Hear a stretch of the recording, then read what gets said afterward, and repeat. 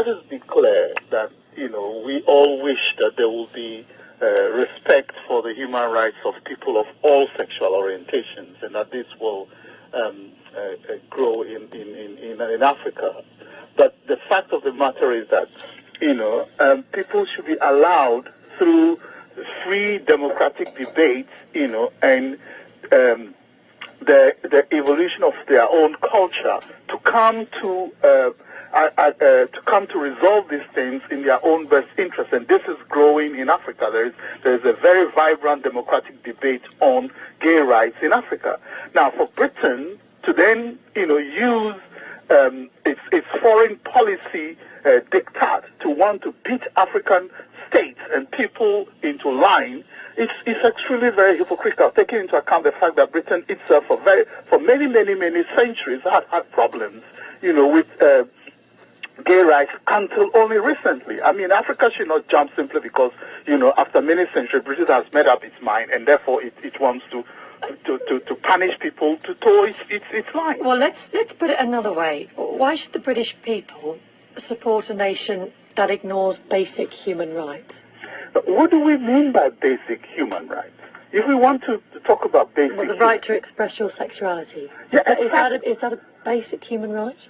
Yeah, it is one of the fundamental human rights that for centuries has been respected in Africa until the colonial intervention. And it is during the colonial intervention that through the Eurocentric misinterpretation of Christianity, for example, and the laws that were put on the statute books by colonial governments, these asexual acts were actually illegalized, and so this is actually the legacy of British colonialism in Africa. Now Africans are coming to terms and trying to shape their own attitudes, and let them do that freely, as it took Britain so many centuries to sort itself out. If there's an acknowledgement that the legislation isn't appropriate, why then still the harsh sentences? For example, the case I gave about Malawi.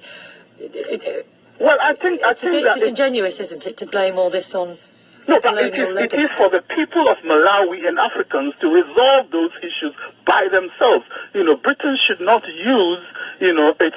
but no one's disputing that. But what is it disputing? What some people are disputing is whether the British people should financially support a nation that they believe fundamentally ignores human rights. Not all human rights are ignored. And for many centuries, Britain did not respect gay rights. There was justification enough for others to come and impose on Britain their understandings of gay rights. The respect for gay rights did not begin in Britain.